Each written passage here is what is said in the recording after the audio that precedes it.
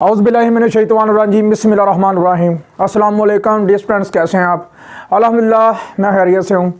हम कर रहे हैं MTH 101 की सीरीज, जिसका आज लेक्चर स्टार्ट करेंगे इंशाल्लाह थर्सडे, जिसमें हम पढ़ेंगे कि फर्स्ट फंडामेंटल थ्योरम, उसकी स्टेटमेंट और वो हम कैसे यूज़ करते हैं, और उनकी एग्जांपल्स पढ़ेंगे। और हम क्या पढ़ेंगे कि इसके अंदर क्विज़ किस तरह बन सकते हैं और मीन वैल्यू थ्योरम इसके अंदर कैसे यूज़ किया जाता है। चलेंगे लेक्चर स्टार्ट करने से पहले अगर आप हमारे चैनल पर न्यू हो, सबसे पहले हमारे चैनल को सब्सक्राइब कर लें और बेल आइकन के बटन को लाजमी प्रेस कर लें, और दोस्तों के साथ ज़्यादा से ज़्यादा जो है ना शेयरिंग वेयरिंग कर दिया करो, ठीक है ना। चलेंगे लेक्चर स्टार्ट करते हैं जी। फर्स्ट फंडामेंटल थ्योरम है, पेपर में लातदार टाइम आया हुआ है, लातदार टाइम आया हुआ है, ये मैं क्लियर कर देता हूँ। सबसे पहला क्विज ये है, फर्स्ट फंडामेंटल थ्योरम की स्टेटमेंट, मतलब कि वो पूरा का पूरा फॉर्मूला ही समझ लेंगे, ये पेपर में लातदार टाइम आया हुआ है। और एक बात याद रखनी है, जितनी भी हम इंटीग्रेशन करते हैं उनकी अपर और लोअर लिमिट माइनस करते हैं, ये बेसिकली जो कंसेप्ट होता है ये फर्स्ट फंडामेंटल थ्योरम ही होता है, ठीक है। चलिए स्टार्ट करते हैं जी।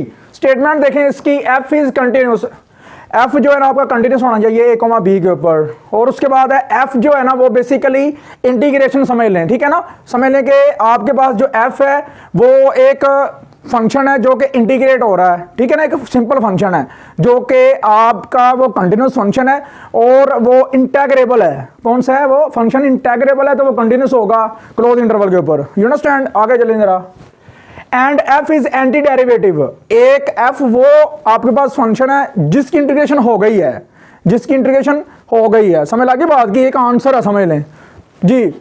उसके बाद देखो g, f is antiderivative of f on a comma b, then देखो जरा इंटीग्रेशन हो रही है किसकी? एफ की, स्मॉल एफ की। तो उसका जो आंसर आया वो कैपिटल एफ आया, और upper limit minus lower limit ऐसे करते थे ना इंटीग्रेशन करने के बाद आपके पास एक आंसर आया अपर limit minus lower limit. In other words आप ऐसे भी कह सकते हो जी, इंटीग्रेशन करो आप स्मॉल एफ ऑफ एक्स की, और उसका आंसर जो आएगा वो ये आएगा, और इसकी लिमिट होगी ए से बी। समझ लगी बात की? तो हम ऐसे भी इसे कह सकते हैं। आगे आगे बढ़ेंगे फर्दर, आपको समझ लग गया कि ये कैसे हम कहते हैं इसे जी।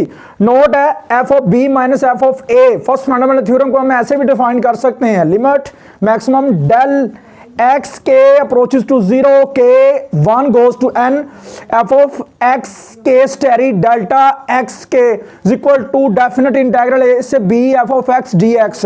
ये सारा आपके पास फर्स्ट फंडामेंटल थ्योरम है। You understand? चलें जी आगे स्टार्ट करते हैं काम।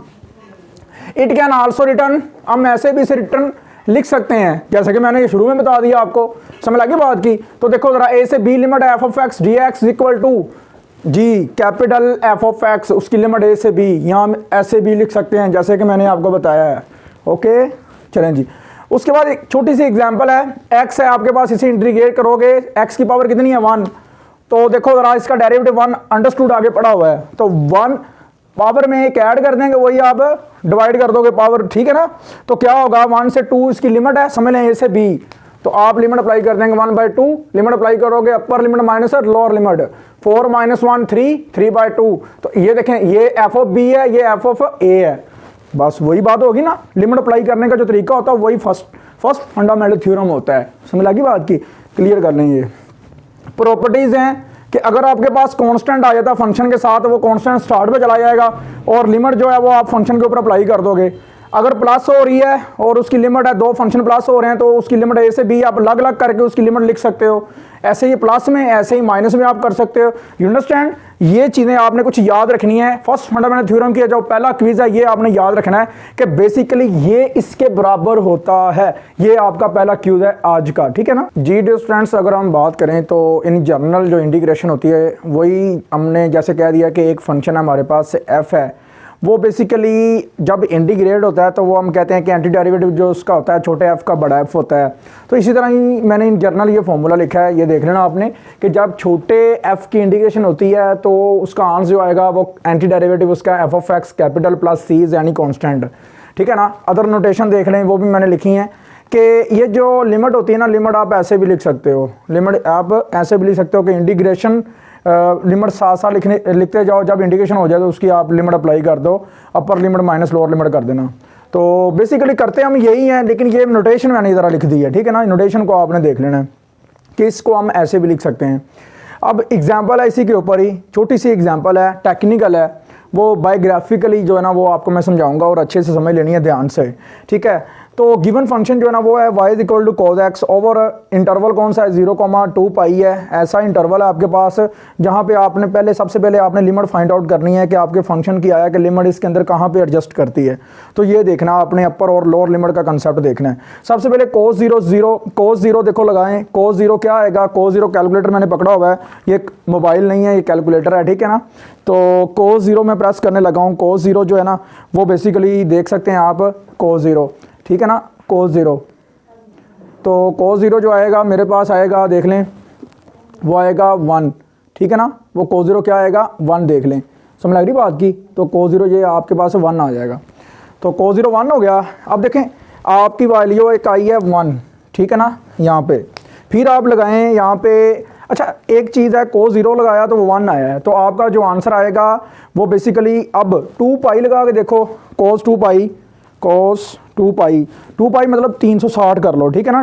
360 देखो ना, 2 रेडियन में 2 पाई रेडियन में 360 डिग्रीज होती हैं, तो वो भी 1 आया है। तो वो भी क्या आया 1। तो इसका मतलब क्या है कि आपका जो आंसर आएगा वो आपका आंसर ये आएगा कि या तो वो बेसिकली देखो 0 है ना, ये इंटरवल 0 है और ये इंटरवल लगाने से और ये लगाने से 0 आ रहा है, मतलब कि आपके पास 0 यहाँ 0 से देखो यहाँ पे इंटरवल उसने दिया है 0 से 2 पाई, तो इसके बिटवीन आंसर आएंगे आपके जितने भी आएंगे 0 या 0 से बड़े आएंगे। तो इसलिए ये लिखा है cos x greater than equal to 0, ठीक है ना, cos x greater than equal to 0, समझ लग रही बात की। तो आपका जो आंसर आएगा 0 पे वो आया 1 और 2 पाई पे भी आपका आंसर आया 1। तो 1 पे मैंने बाउंड कर लिया फंक्शन को, ठीक है ना, इसी का मैंने रिफ्लेक्स बना लिया सामने, उसके -1 लिख लिया। -1 देखो मैंने कैसे लिखा है, मेरे पास एक कंसेप्ट है कि कोस की जो लिमिट होती है ना बेसिकली इन जर्नल वो होती है 1 और -1, तो इसलिए इसका ग्राफ जो होता है वो 1 और -1 के बिटवीन होता है।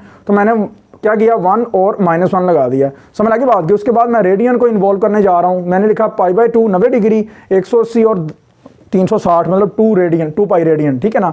तो देखो ज़रा करना क्या है कि मैंने ये किया कि यहाँ पे अब देखो ये तो आ गया 1 पे कट करता है, π/2 पे कैसे वो मीट करेगा और शेडो किया होगा। ये कैसे शेडो किया है, आप ना cos 90 डिग्री की वैल्यू चेक करो, cos 90 डिग्री की वो 0 आई है, क्या आई है वैल्यू 0 आई है, समझ लग रही बात की। तो cos की 0 वैल्यू आने का मतलब ये है कि यहाँ तो 0 आएगी, यहाँ 0 से बड़ी आएगी। बड़ी वैल्यू कहाँ पे आ रही है, बड़ी वैल्यू तो आ रही है कहाँ पे, बड़ी वैल्यू 2 पाई पे आ रही है और 0 पे भी 2 मतलब 1 आ रही है। तो देखो 90 डिग्री पे 0 आई है, मतलब कि आपका आंसर यहाँ पे बाउंड है, यहाँ पे आपका आंसर बाउंड है, यहाँ तो आएगा 0 या 0 से बड़ा आएगा, समझ लग रही बात की। तो इसीलिए यहाँ पर 0 आ गया, मैंने क्या किया, मैंने इसी को बाउंड कर लिया। अब cos 180 चेक कर लेते हैं, 180 तो वो -1 आ रहा है, तो यहाँ पे -1 का तो कंसेप्ट ही कोई नहीं है, यहाँ पे 0 यहाँ 0 से बड़े नंबर, तो इट मीन कि 0 से अगला नंबर देखना आपने कि 0 से अगला नंबर कौन सा, वो 1 है। तो मैंने क्या किया 1 के हिसाब से 1 देखा कि cos π/2 जो है ना, मतलब π/2 हाँ 90 डिग्री वो बेसिकली कहाँ पे आ रहा है आपका 1 पे आ रहा है। तो इसलिए मैंने 1 पे जो है ना इसको शेडो किया है, 1 को 1 के साथ समझ लो मिला लिया है। ये भी 1 है, ये एक हिसाब से ये भी 1 है, ठीक है ना। ये रेडियन में 1 है, ये ज़रा डिग्री में 1 है। तो क्या किया मैंने आपके सामने, मैंने 1 को 1 के साथ मिला दिया, शेडेड कर दिया है। तो आपका जो मतलब कि इंटरवल बनेगा ना वो ये बनेगा। सो 0 से देखो ओरिजिन से 0 से हाँ जी π/2 cos 0 1 होगा और cos π/2 जो ना वो 0 होगा, और 0 और 1 का आपका जो कंसेप्ट होगा, ठीक है ना, यही याद रखना आपने। क्लियर है, आगे चलें। तो एज इंटरवल 0 से π/2 आपका फंक्शन y था, y की वैल्यू cos x है, तो cos की इंडिकेशन sin x आ जाएगी, 0 से π/2 आ जाएगी, ओके हो गया। और उसके बाद आपने क्या करना है, अपर लिमिट माइनस लोअर लिमिट। अब sin π/2 आपके पास 1 है, तो sin 0 0 होता है, तो 1 - 0 1 आ गया। इसी तरह ये सिंपल सी एग्जांपल है, ये भी सादा सी एग्जांपल है। ये क्या है जी, इसकी सबसे पहले इंडिकेशन अलग अलग कर लो, इसकी इंडिकेशन अलग कर ली, इसकी अलग कर ली, इसकी अलग कर ली। 3 फैक्टर हैं आपके पास, 4 बाहर निकाल दिया 1/4 की सूरत में, upper limit minus lower limit, upper limit minus lower limit और upper limit minus lower limit. तो यहाँ पे देखो 3 की पावर 4 है वो 81 और 0 की पावर 4 0 और 3 की पावर 2 9 -0 और ये 3 - 0 3, ठीक है ना। तो ये क्या आ गया 81/4 -36/2 +3। अब एलसीएम जो आएगा वो आपका 4 आएगा, अब यहाँ पे 4 कट गया, 1 आएगा, तो इसके 4 को आप 2 पे डिवाइड करो, 2 आएगा, 36 मल्टीप्लाइड बाई 2, फिर आपका क्या आएगा प्लस, ये इसके साथ 4 मल्टीप्लाई हो जाएगा, वैसे ही एलसीएम लिया हुआ है सीधा जुज़ाफ़ जिसे कहते हैं उर्दू में। तो 32 मल्टीप्लाइड बाई 2 कितना आएगा 72 प्लस 3 4 12 आएगा। आप सारे को सॉल्व करोगे 21 आएगा डिवाइडेड बाई 4 आएगा। यू अंडरस्टैंड ना, इस तरह आपने इसे क्लियर कर लेना है। जी डियर स्टूडेंट्स, आगे देखें 0 से 6 जो है ना F of x d x, ये आपने जो है ना इंटीग्रेशन आपने निकालनी है, फाइंड आउट करनी है कि आपके पास जब लिमिट जो है ना लोअर लिमिट 0 और अपर लिमिट 6 हो तो आपके पास फंक्शन जो है ना पीस वाइज है, ठीक है ना, पीस वाइज है, टुकड़े किए हुए हैं। आपने 2 को एडजस्ट करना है, क्या करना है 2 को एडजस्ट करना है 0 और 6 के दरमियान, तो एक लिमिट ये बनेगी और एक लिमिट ये बनेगी। तो देखें ज़रा, 0 को आपने फिक्स कर लिया है और एक लिमिट आपके पास आगे 2 के साथ, और फंक्शन ये एज इट इज़ सारा का सारा वैसे आगे आ जाएगा।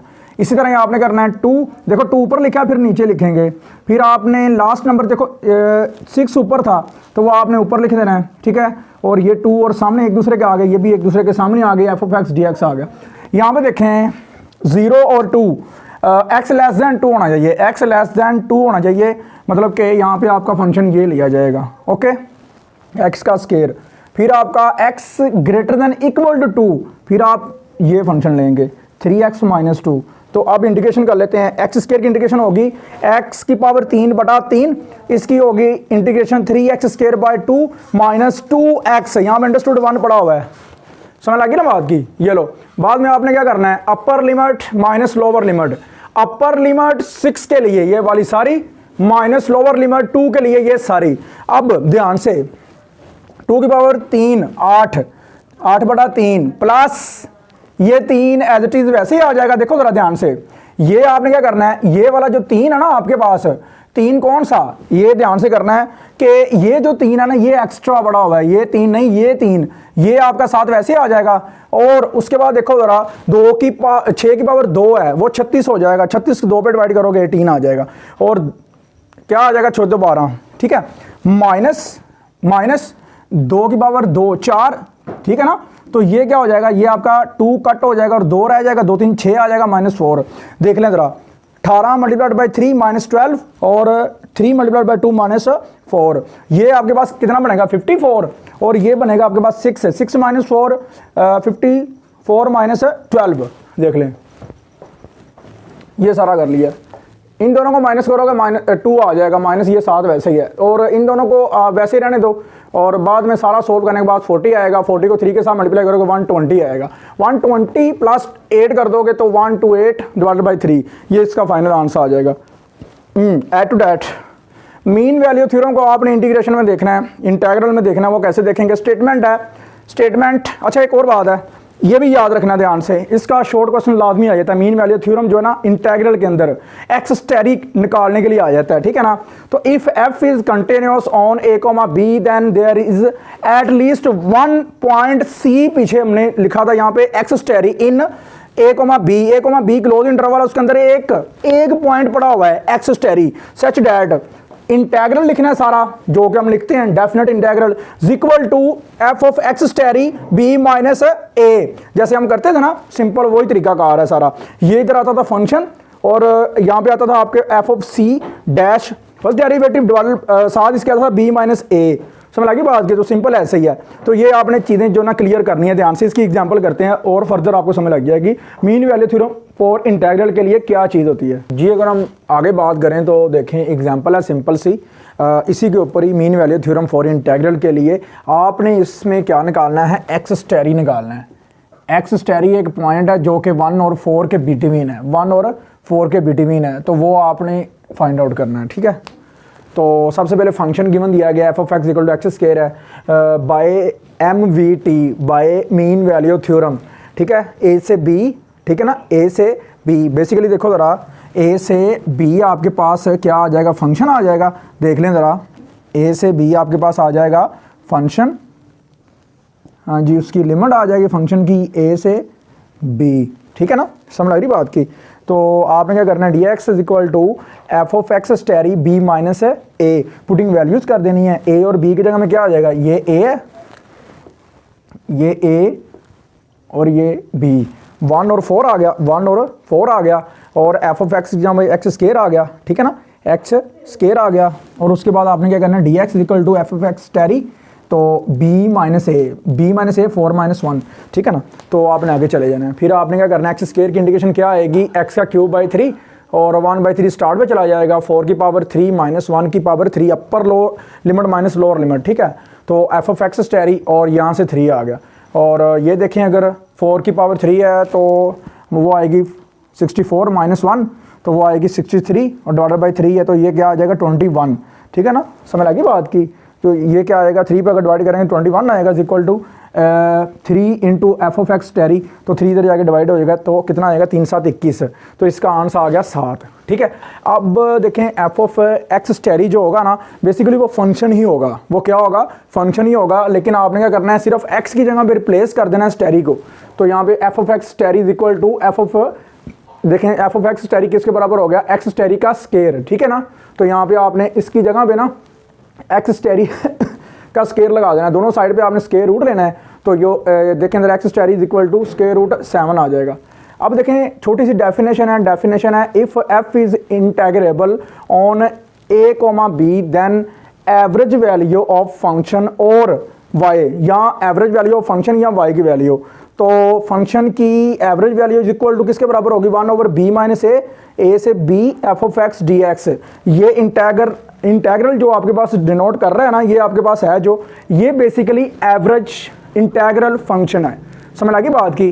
तो पेपर में कहीं भी वो पूछ लेता है कि आप ना क्या करो, एवरेज इंटेग्रल फंक्शन निकालो, तो आपके पास क्या होगा, कोई ना कोई फंक्शन होना चाहिए और उसके बाद आपने क्या करना है, यही फंक्शन, यही इसी के ऊपर ही आपने कर लेना है, ठीक है ना, इसी के ऊपर आपने सोल्व कर लेना है। तो ए से बी आपने लिमिट ले लेनी है, फंक्शन को डिफरेंशिएट कर इंटीग्रेट कर देना है और आपने पुट करके इसकी वैल्यू निकाल लेनी है। ओके, आई होप आपको लेक्चर की समय लगी होगी, आपने अच्छे से तैयारी कर लेनी है और अच्छे से आपने गो थ्रू कर लेना लेक्चर पूरे को, और ध्यान से दुआ में याद रखना और हमारे लिंक को ज़्यादा से ज़्यादा शेयर करना। ओके, अल्लाह हाफिज़।